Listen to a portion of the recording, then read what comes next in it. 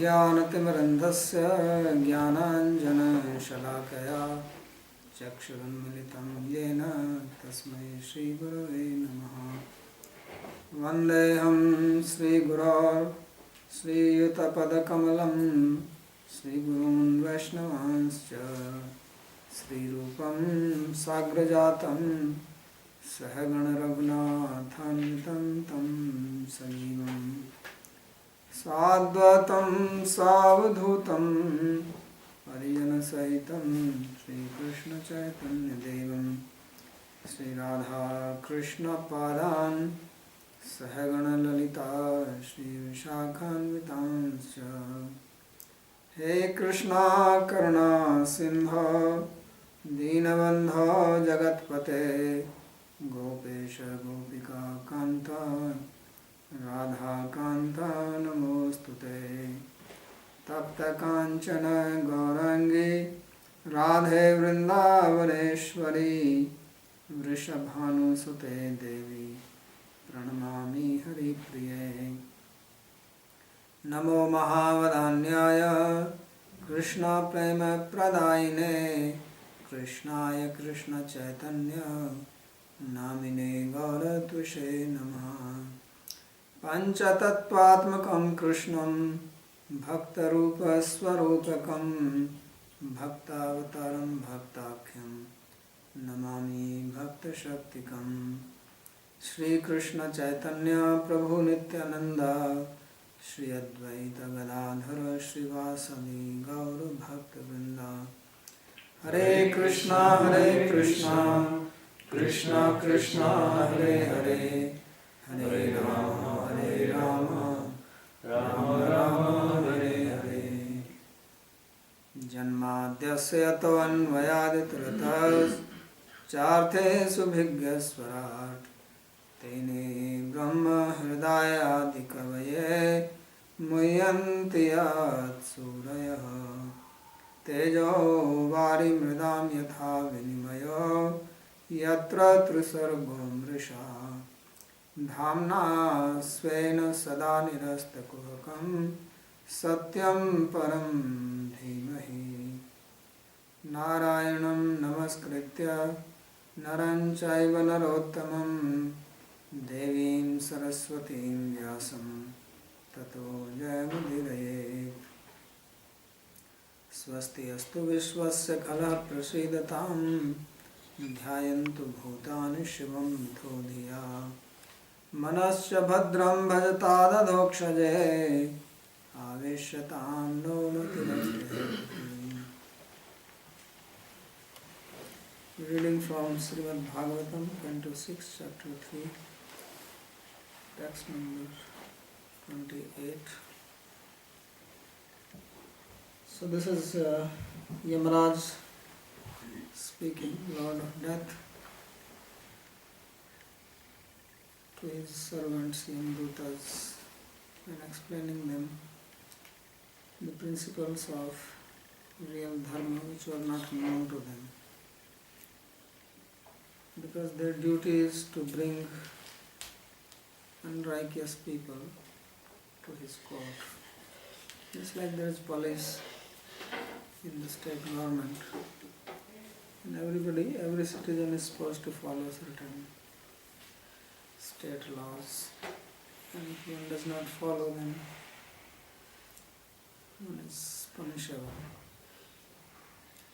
So there is also the law of the universe like that, and there is a police, but that police does not come in between your lifespan, it comes at the end. So in between you have the freedom to break the rule or follow it, but they keep track of everything. They have a very meticulous, unfailing system to track everything. Just like these days, government keeps track of a lot of activities of the citizens, a lot of things which are known about you to them, and they are recorded. So like that, there is the government of Yamaraj, and he has put he has fitted a device in every human being to record every action, good or bad, which is performed by that person. And at the end, he opens the file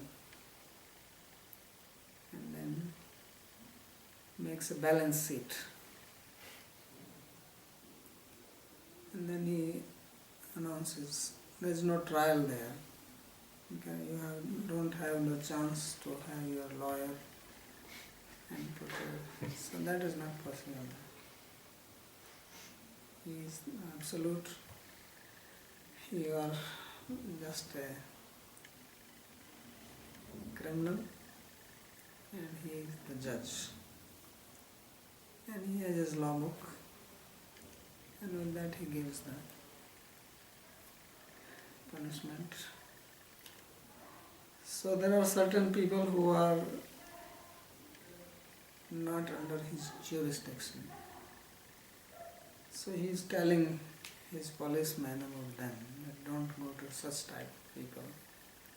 Otherwise he will be in trouble, because he said that I am not the supreme, there is somebody beyond me also. The judge is not the ultimate authority. Judges are also appointed by the state government. So he is, in the previous verse, he already spoke that the devotees of the Lord, te deva siddha parigita pavitra gatha ye sadhava sundrisho bhagavat prapanna. So bhagavat prapanna means those who have taken shelter of the feet of the Lord. Prapanna means,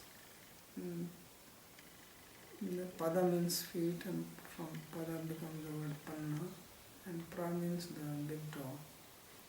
So those who are catching that is the meaning of prapanna. So surrendered to God. So he says they have to be spared. Tan no pasidata hare gadiyabhimuktam. So don't approach them. And to whom they have to approach, he is telling this. Say tanani advamasato vimukhan mukan mukunda padara vindamakaranda rasada vishram niskinchanahi paramahansa kule rasagyair Jashtad grihe nirya vartmani baddha trishnam. So he says there are niskinchana, or there are devotees whose only wealth is God, and who are rasagya, who know what is the real taste. So different people have different taste. Different people like different types of juices, food. So there are some people who are called testers, right? Like they have wine testers.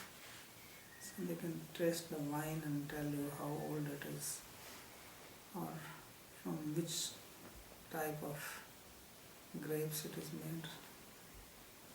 So they are very expert. They have very fine sense of taste. So similarly, there are rasagyas who have a very fine sense of taste. They know what is the best type of enjoyment in life. So like there are animals like cows. So you put anything in front of them, mix it, they eat. They are not rasagyas. They don't have any sense of very fine taste. Human beings have. And then among human beings there are some very special people who really know what is rasa. So these are the devotees of the Lord. Everybody else is like cow eating chaff, dry. This is what the materialistic people are doing. They think they are enjoying. Cow also thinks like that.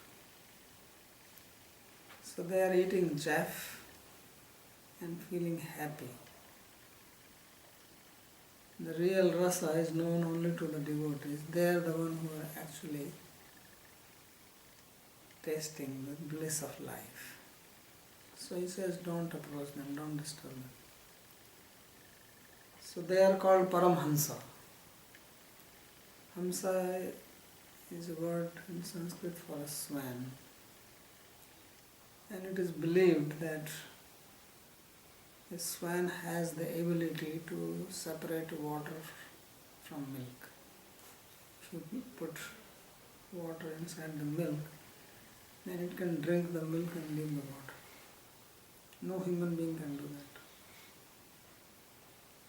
But swan can do that. So therefore devotees are called Paramhansas, because they can separate the chaff from the real rasa. So they are not interested in this materialistic pleasure after which all these people are running and wasting their time. So he says that these are, therefore they are called Niskinchana. Niskinchana literally means who has nothing. So what does it mean he has nothing? Because he is not interested in anything. So he has nothing material. He has spiritual wealth. He has another type of credit card, spiritual.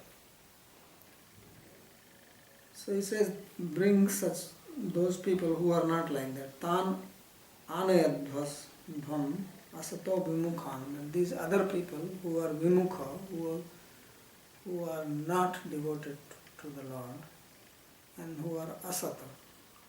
Asata means unholy. Because whatever they are doing is all inauspicious. It's only bringing suffering to them. But since they don't know the difference, they keep on doing the same thing, thinking and enjoying. They really don't enjoy, little bit sometimes. Mostly they are suffering. So they are called asata. So Mukunda Padar Vind Makaranda Rasad. So their vimukha, their face is turned away from the rasa, from the nectar. The lotus flower has honey in it. So lotus flower is called Arvinda, and the honey which comes from that is called Makaranda. And that honey is like, has a very nice taste, right? Especially lotus flower honey. So he says, Arvinda Makaranda Rasad Vimukhan, those who are not interested in this rasa of honey, which is flowing from the feet of the Lord, which are compared to a lotus flower. Lord's feet are compared to lotus flower, and from that the honey of love flows. So he says that, bring them to me.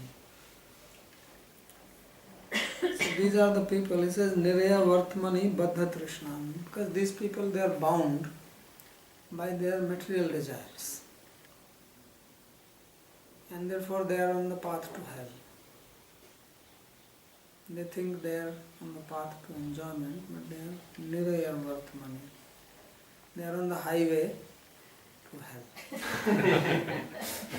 Running very fast. So he says, since they are so much interested in going to hell, bring them. I'm waiting for them. So Sri Vishnath says that Tarhi Kidrishan Anashyamas Tatraha Tan Asataha. So in the previous verse he has said, don't bring these. So then in the Yamadutas they ask that to whom we have to bring. Who are those? So he says, those are asata. Asatan asadhu. Those who are not sadhu. Sadhu means devotees, saintly people. So how to recognize them? It's not written on person's forehead. So he gives a definition. Mukunda Padar Vindayor Makarand Rasat Tatprapti Sadhanat Bhakti Yoga Vimukha. So those who are averse to Bhakti Yoga, path of devotion, who have no interest in Bhakti Yoga. What is Bhakti Yoga? He says this Bhakti Yoga is that which takes you to this nectar coming from the feet of the Lord. So Tadrish Bhakti Yogam Akurvanam. They never engage in Bhakti Yoga. So they have to be brought. Nanu tesham vemukhyadeva se khalu makarandraso na lipsani etiyato makarandrasam vishinasti. So because they are not devoted to the Lord, therefore they are not interested in this makaranda rasa, this juice. So then who has this? So he says they are the niskinchana. Niskinchana keval bhakti madbhi paramhans pulaischa pradhani bhut bhakti mad bhirjustat sevitat.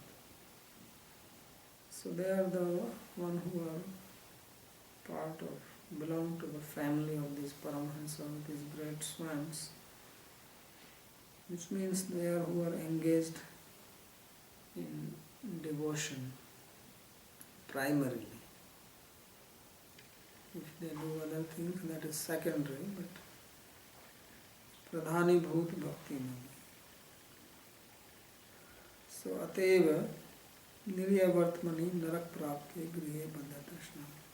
And other people therefore are on the path to hell, which is nothing but desires. Asha hi paramam dukkham, nairasyam paramam sukham. So this desire is the troublesome thing. Cannot let you sit in peace. Our mind is peaceful by its nature. But when desires come in it, then it starts jumping. And it becomes agitated, disturbed. So desire means disturbance. Desire to enjoy, desire to acquire this, acquire that, that is the disturbance. So this is how we are bound in the material world. There are many people who actually have everything to live comfortably. They have house, they have job, their health is also alright. But they plant certain desires in their head and then they cannot sleep at night.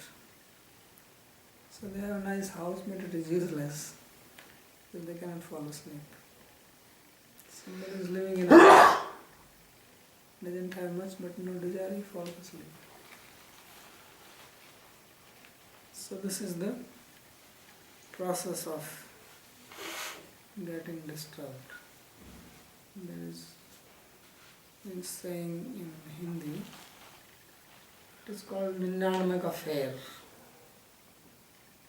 क्या आप जानते हैं 99 का चक्कर? जी बोलिए. क्या है? नहीं सुना है, कुछ उदाहरण में फिर सुना है ना 99 का चक्कर में पड़ा गया. वो एक की पूर्ति करने के लिए कुछ है. So 99 means 99. So 99 का चक्कर means the cycle of 99. So one king was there and he was very disturbed. Obviously kings have so many things. And in India kings used to go on elephant. Just procession. Seeing their subjects, how everybody living. So when he was going outside the palace, there was a cobbler living in a small hut, mending shoes. So in the evening the king will go out and he said that this cobbler is sitting on the cot and he's quite happy. He has his wife and 2 kids. And he has a small hut. So he used to think that why is he so happy and I'm living in a palace, I'm king, but I'm not happy. So he asked his minister that why is this, that he is happy and I'm not. So he said, oh sir, don't ask this. He says, why? I want to know the secret. He says, because he is not in the cycle of 99. So he says, what is that? So do you want to know what is it? He said, yes. Yes, sir, I will try. So he said that you give me 99 gold coins. In those days there used to be gold coins. So the king said, okay. King gave him 99 gold coins. So this minister, he put this in a bag, and at night he threw the bag outside the hut of this cobbler. So the cobbler was a pious man. He used to get up early morning, and of course there is no attached bathroom. Most people in India don't have that facility. So he will go out with his lota. So when he went out and it was still not darkish, it was not enough light, so he hit his foot, hit this bag, and he heard the sound. So he became curious, what is this? Because there is usually nothing in front of his hut. So he put the lota down and he lifted this bag. It was quite heavy. He said, what is this bag? We don't have any bag like this. So he opened it and wow, sees gold coins. He forgets about his business. He goes inside the hut. His wife and children are still sleeping. He starts counting it. He counts, there are 99. So he thinks, I must have made a mistake, there must be 100. Round figure. So he counts it again, and this time he made a mistake, it was 98. So he said, what is this? It was 99, it was 98. And he counted again, it was 99. Now to make sure he counted it again, it was 99. So now he became certain that it is 99. So he thought, I have to make it 100. So quietly he dig a hole, because in those days there was no banking system, no lockers. People used to bury their money in the ground, hide like that. So he put it in the ground, and when he was doing this, his wife woke up and she asked, what are you doing early morning? He said, nothing. And then his life changed.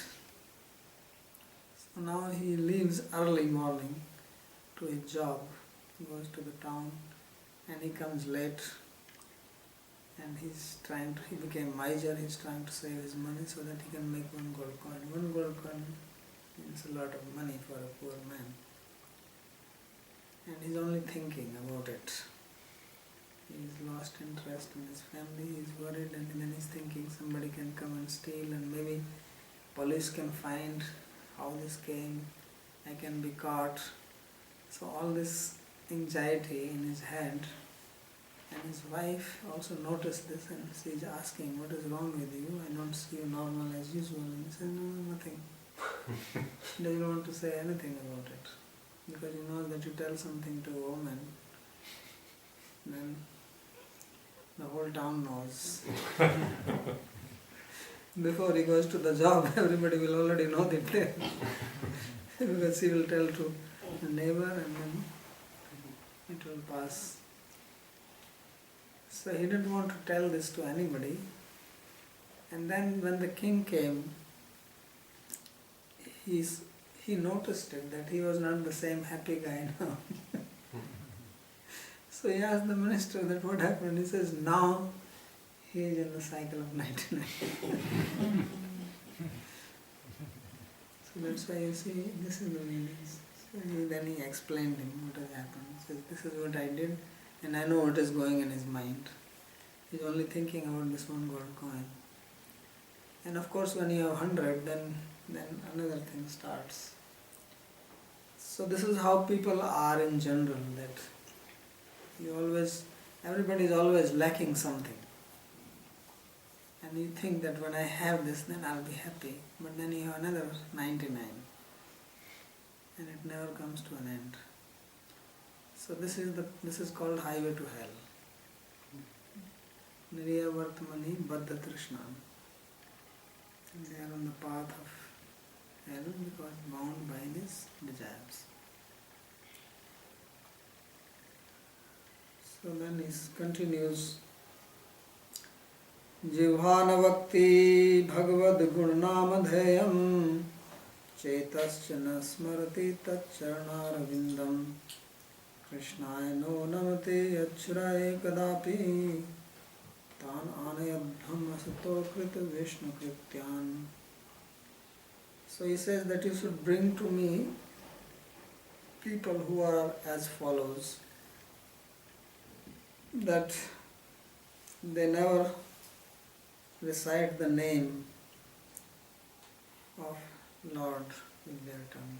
Jivana Mukti Bhagavad Gunanam Dhayan and Chetascha na Smarti Tacharnaravindam. They never think of the feet of the Lord. Most people don't even believe that God has feet. And Krishnaya no Smarati Namati Achirayagdapi, and not even once they have bowed down their head to Krishna. So he says, bring such people to me. I will take care of them. So they are again called Asato Akrita Vishnu Krityan, and they are unholy because their life, there is nothing holy in their life. And they have not done any action of devotion in their life. So chanting the name, bowing down, thinking, these are devotional activities. So Akrita Vishnu Krityan means that they have not participated in any devotional activity. So bring such people to me. So why is that we have to perform devotional activity? Because we are created by God and maintained by Him. Although we think that we are maintaining ourselves, but it is God who is the ultimate maintainer. So if we don't give any respect to Him, na bhajanti avajamanti, sthanat bhrashta patanti yada. Evam Purusha Purusam Sakshat. So that Purusha, that Supreme Person who is the source, Prabham Atman Ishvara, who is Prabhava, means the source, the Supreme Controller. If we do not give respect to Him, and the beauty is that it does not cost anything. We are talking so many things with our tongue. Whenever people are together, you hardly see that they are quiet. So why we cannot take the name of God? It's simple. We are thinking of so many things all the time, the minds. Why we cannot think of God? Of course, we may not be bound down. These days nobody wants to lower his or her head to anybody. But you can do this to God. So otherwise the head is a burden. So sometimes it is good to lower it. It makes it tension free. Right? So kincha mukundasya sakritapi kirtan smaranadikam tat prapti sadhanam bhavati iti tadvantopi sachabdena vidhiyante ityatastad bhinna eva anitavya. So he says that even if one has taken the name of God even once, even that person is holy. So at least once. So he says, one who is not like that, anyone who is different from such a person, bring that to me.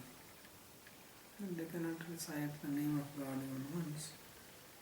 So Jivha iti, so first he says Jivhana Bhakti Bhagavad Gun Dheyam, that the tongue does not recite the name.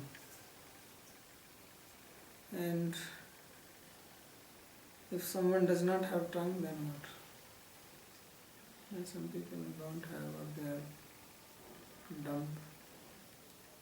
So then he says, Chetas Nasmarti Yacharnarayana. So then everybody has mind.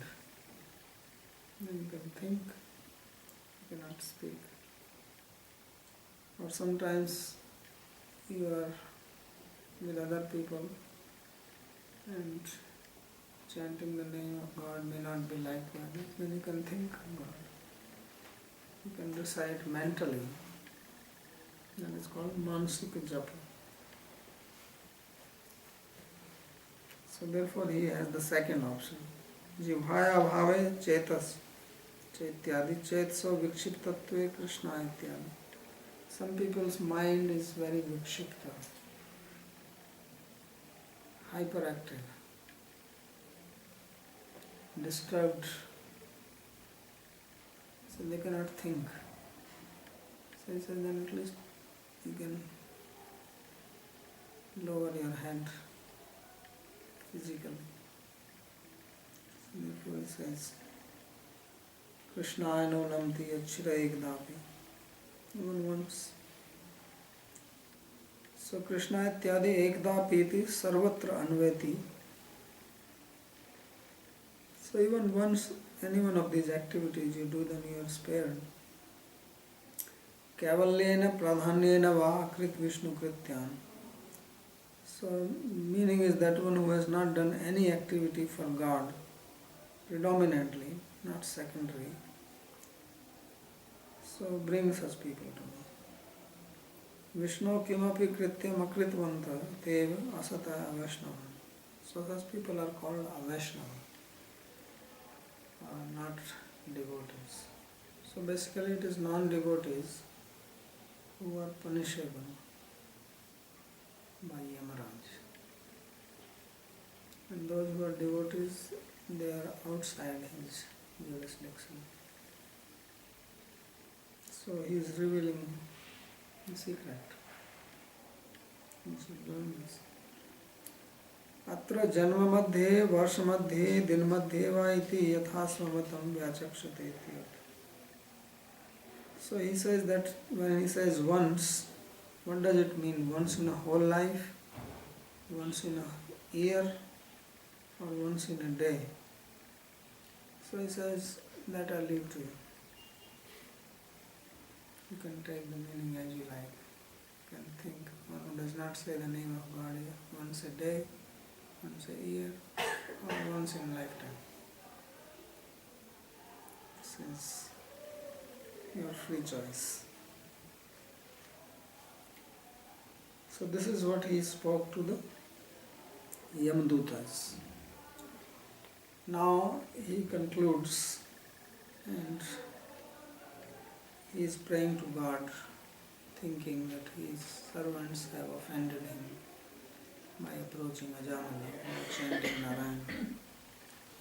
So therefore he says, Tat kshamyatam sa bhagavan purusha purano Narayana svapurushairya dasatkritam na svanamaho na vidusham rachitanjalinam shantir gariyasi purushaya bhumne.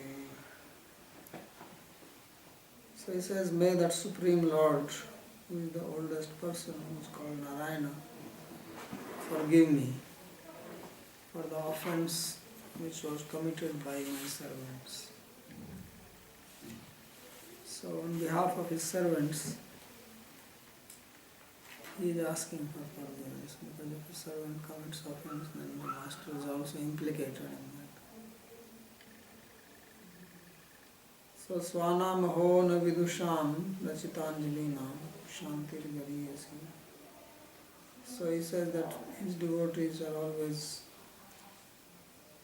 standing with folded hands to do his bidding, and Lord is very gracious on them.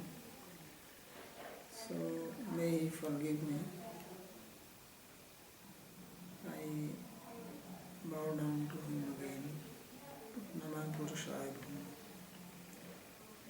Vrityapradhe Swamino Dandayiti Nyayena Swasya Pradhitvam Bhaven Savinayam Pranamati. So knowing this rule that the crime or mistake committed by servant reflects on the master, with great humility he is paying his obeisances to the Lord, considering himself as an offender. Tattasmat kshamyatam kshamyatu nas. So may that Lord forgive me.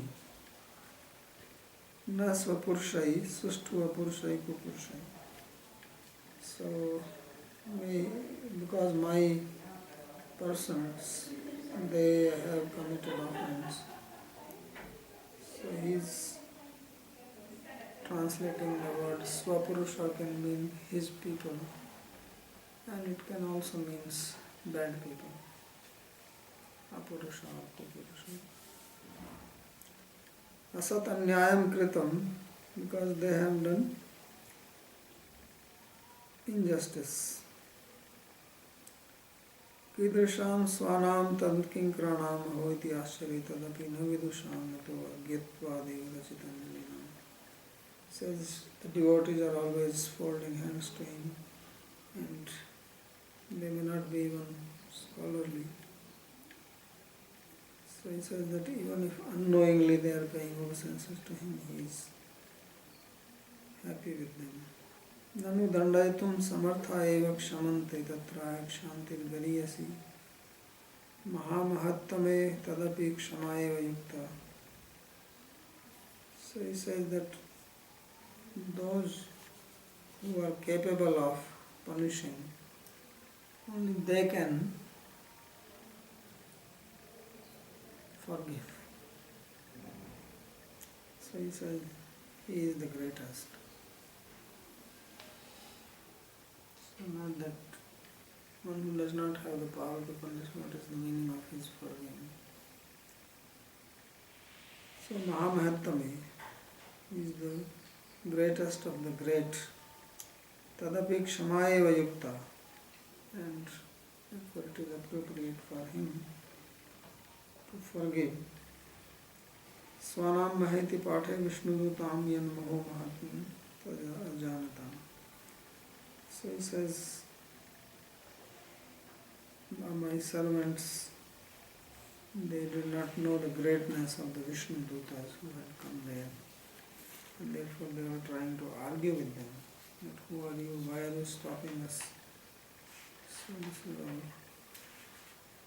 wrong on their part.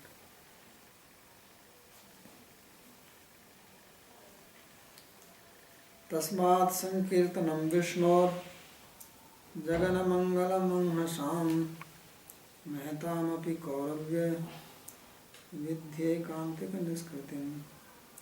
He says, therefore, the most auspicious thing for the universe is Kirtan.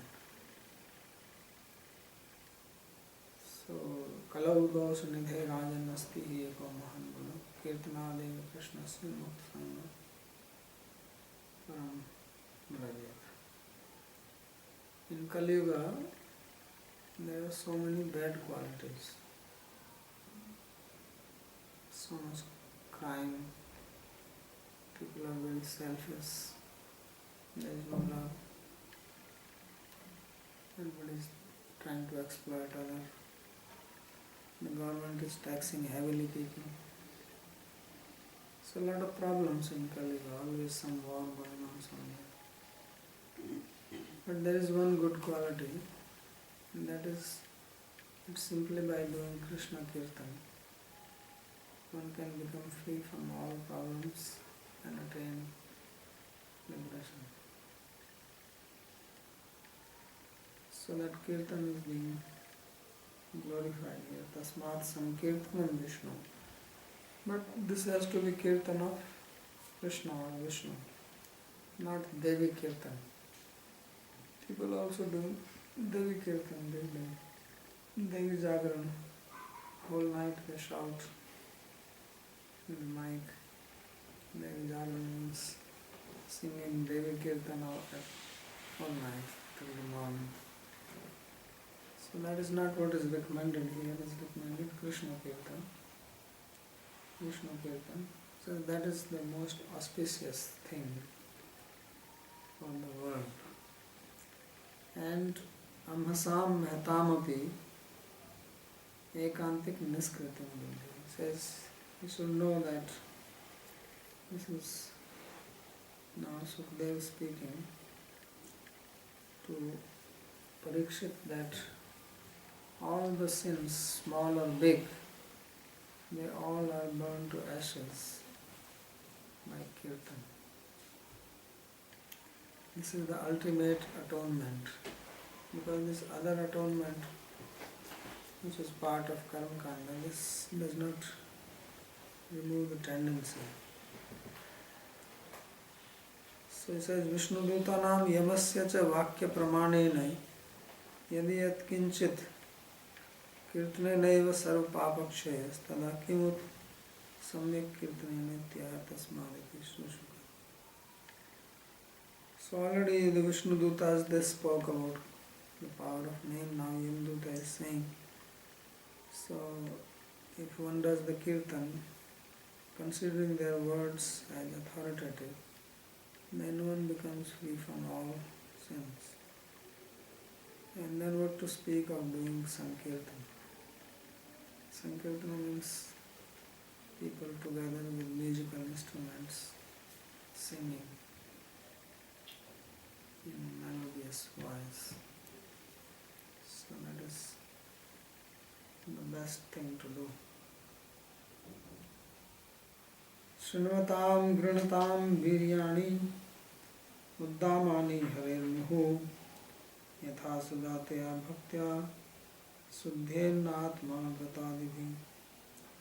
So if you cannot do kirtan, you can listen to it. So it says those who are listening or who are chanting themselves about the wonderful, powerful activities of the Lord, and they are reciting it again and again or hearing it repeatedly.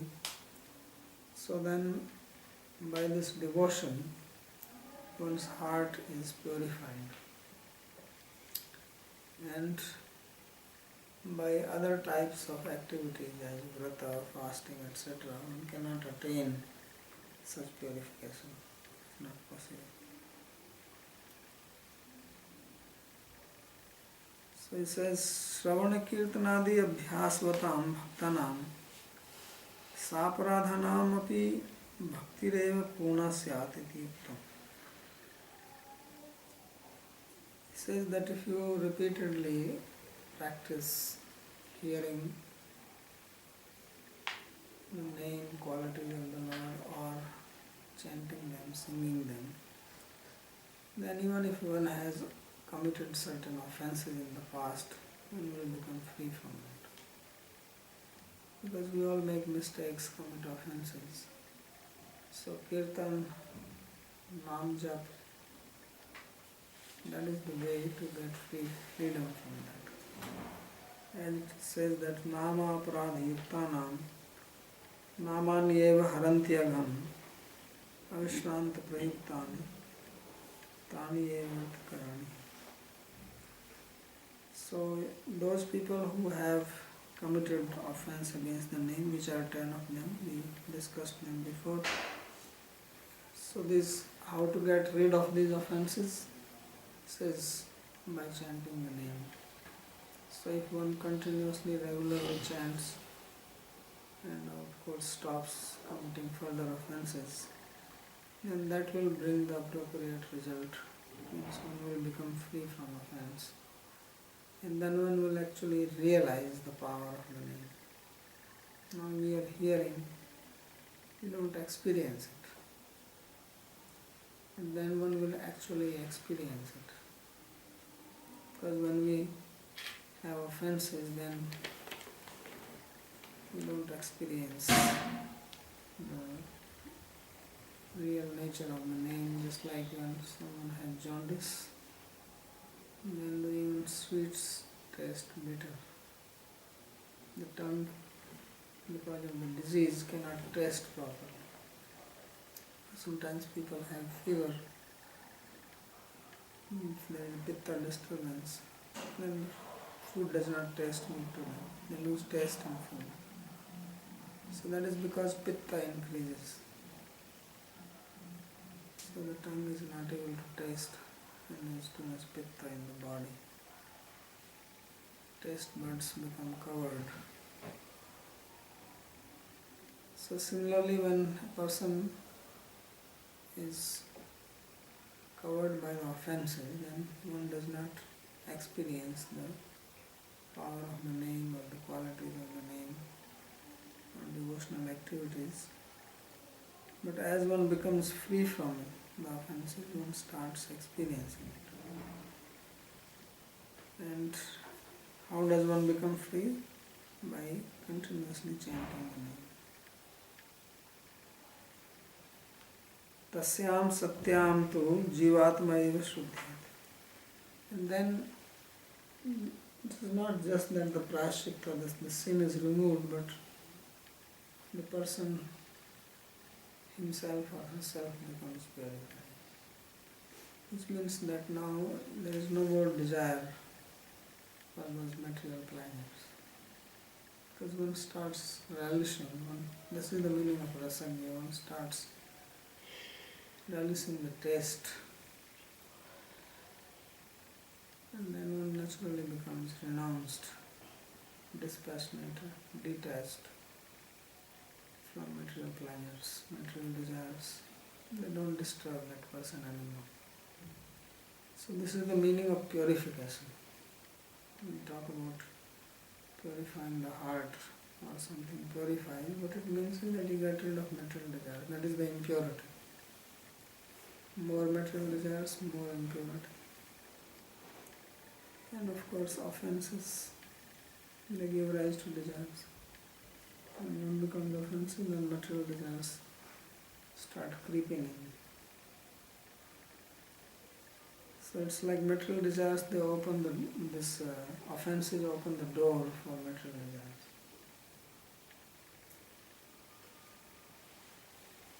Kim punar mana ityaha shrunvatam. So what to speak of purifying the mind, even the complete person becomes purified. Which means that the Atma of such a person becomes completely free from avidya, ignorance, which is the root cause, and becomes free from Maya, becomes free from the influence of Maya. That is the meaning of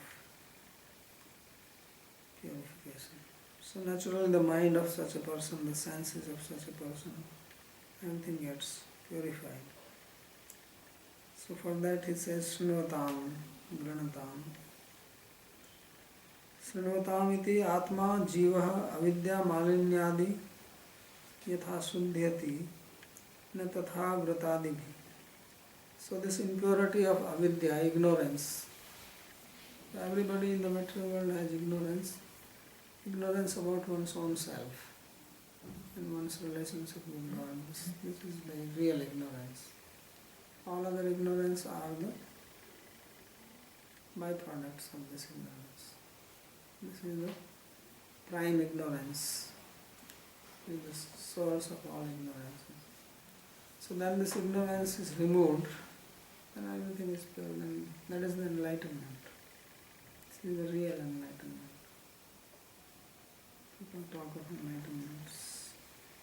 So he says this type of enlightenment or purification cannot come by fasting, standing on one leg, keeping one leg and up here. So in Kumbh Mela, many people doing many such things. One guy keeping a pot on his head all the time except when he sleeps. So these are all austerities. So they don't purify as the name purifies. Karmakrita hi prashchitta hi papakshaye sati api pap bijasya akshaya. Why? Because even if one's sin is removed by prashchitta, by atonement, the seed to commit sin remains. And it will sprout whenever it will get the opportunity. It's like there are seeds living in the ground. When it is snowing, nothing grows. Then when the snow melts, temperature warms up, many things sprout. So like that there are seeds lying inside our heart. And when there is an opportunity comes, then they come up. Then you get the desire, then you act on it. So sometimes you see some people, they look simple, nice. Suddenly they do something which you never expected that they will do. Why do they do that? Because the seed was there and now it got into air, into temperature, into moisture, sprouted, comes out. So by chanting the name, all these seeds they get fried. When the seed is fried, no amount of moisture can sprout it. You can put it in a sprouter, it will rot but not sprout. So like that, the heart becomes clean of a devotee, that you can give him all facility for enjoyment, no interest.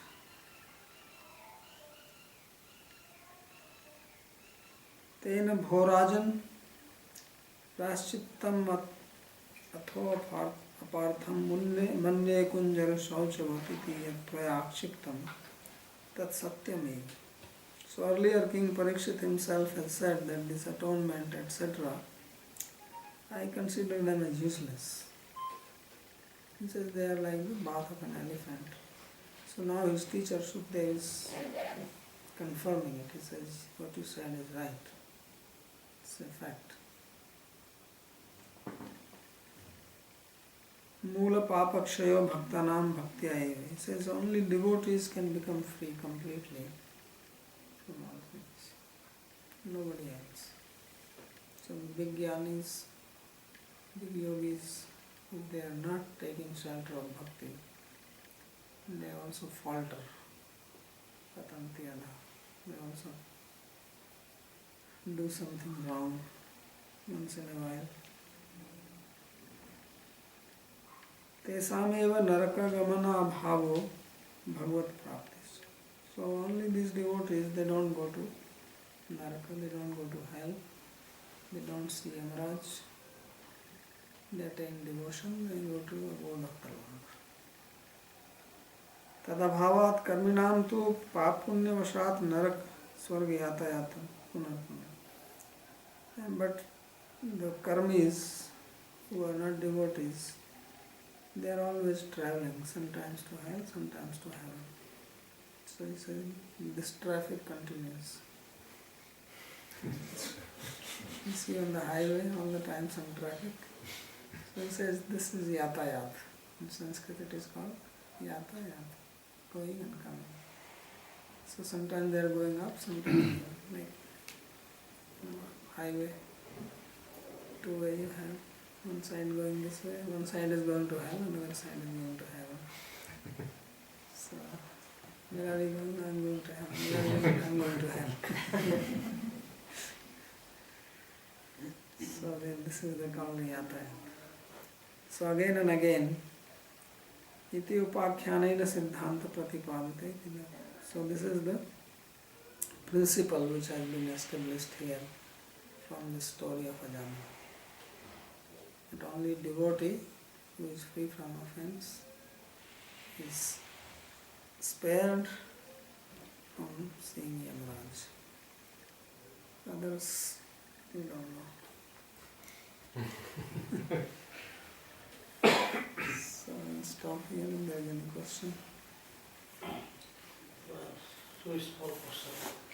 Whether this, like if the child goes to garden to play and he gets busy in playing and he forgets to come back to home because of his game. So why shall he be punished? In other words, like we all are the children of God. Somehow we came to this material world and we forgot to chant the name of God even once in the lifetime. So why to be punished? Just to remind him. Otherwise he'll keep on playing.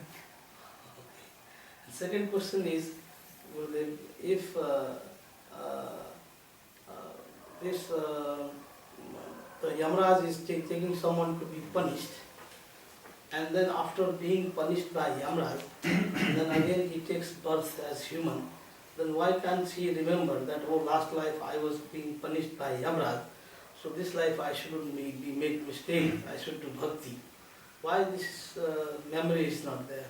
Because if he remembers, he will also remember the punishment and he will be thinking of all these things and what he did. Because mind does not stay only on one thing.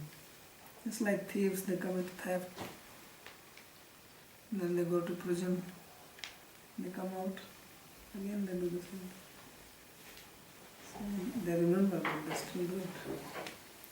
So you have to understand from Shastra. And if you cannot understand from Shastra, simply remembering is not going to help you. Because people are always committing the same mistakes. So that's why these stories are explained to us.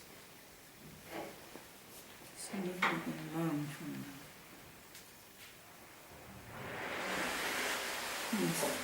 So it seems like when people talk about offences, there's actually just one offence, which is not remembering God.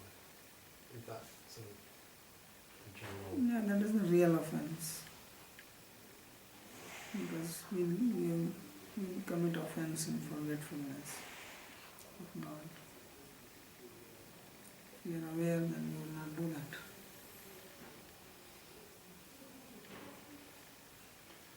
I have a question about the awareness of the Yamadutras and also the Vishnudutras, because from the story we see that they went to a jungle not really being ordered by Yamaraj to go there. So what is their state of awareness? Like Yamaraj is like a Paramatma almost. If he has absolute punishment, he makes no mistake about people's wrongdoings. So how do the Yamadutras know where to go? Because they were not really ordered by Yamaraj to go to a jungle. Basically, whenever somebody's lifespan is over, then they go there. Unless somebody is a devotee. In case of Ajamila, he was not devotee. He was doing Namabhasa. They did not know that Namabhasa also is powerful like this. I'm sure they know that they don't go to the devotees, and now he is explaining it to them. Otherwise, anybody's death is coming, then Yamdutas go. So they have kind of a sensory device that guy is dying, let's go there. Right. It's like vultures come. Actually, Right.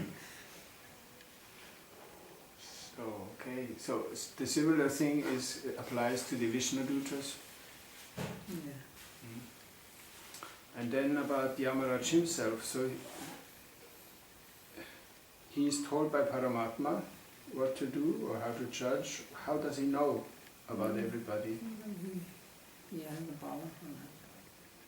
See, when these people are given this post, they are also given power to execute it.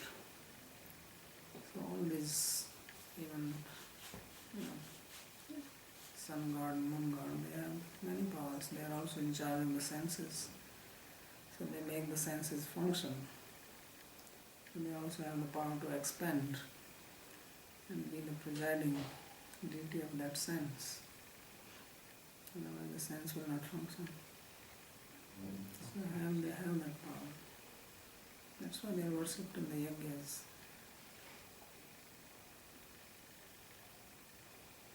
Like when somebody is given particular post in the government, then they also have certain power with that to perform their duty.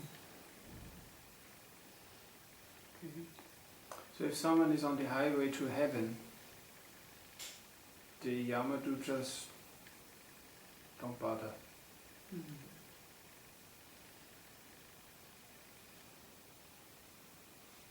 So Yamaraj has another name called Dharmaraj. So those who are dharmic people, then he treats them nicely, they go to heaven. And then it's a temporary position after all. So then what happens to Yamaraj when his term is over? He's a devotee. So he also leaves. Yeah.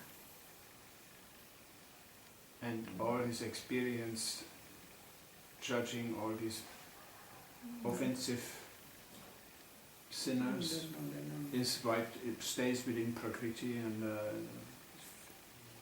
it's nothing to do with results. it. It's like a judge is not getting any karma for giving judgment.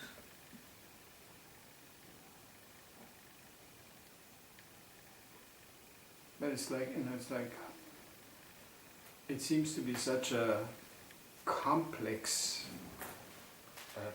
position, because activities are so complicated.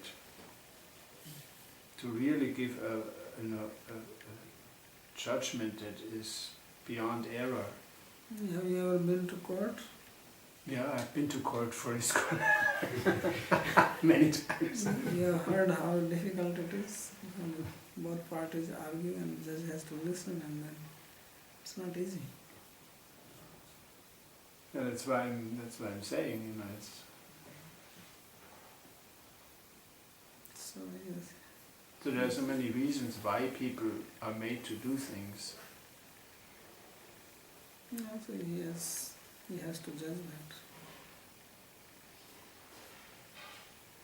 And what is the position, or people, we do things and then we regret, why did I do it? And does this also come into Yamaraja's judgment? Yeah, regretting means that is atonement. So if you regret and then don't do it again, then you become free from it, you will not suffer. Gurudev is Chitragupta. Isn't Gurudev?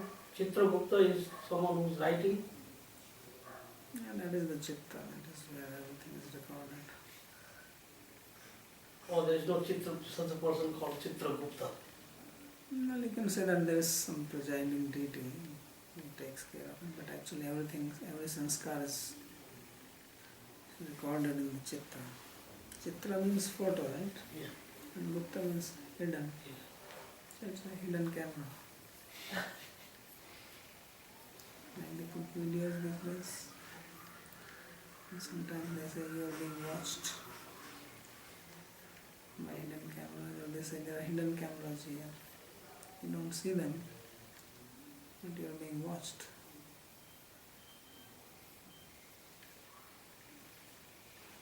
Question. In Srimad Bhagavatam, I read that the highest experience is when you have an eye-to-eye experience with Bhagavan, when he shows in front of you, and that occurs when you develop prema, when you're really fixed in bhakti. Yeah. It's like a final stage. Yes.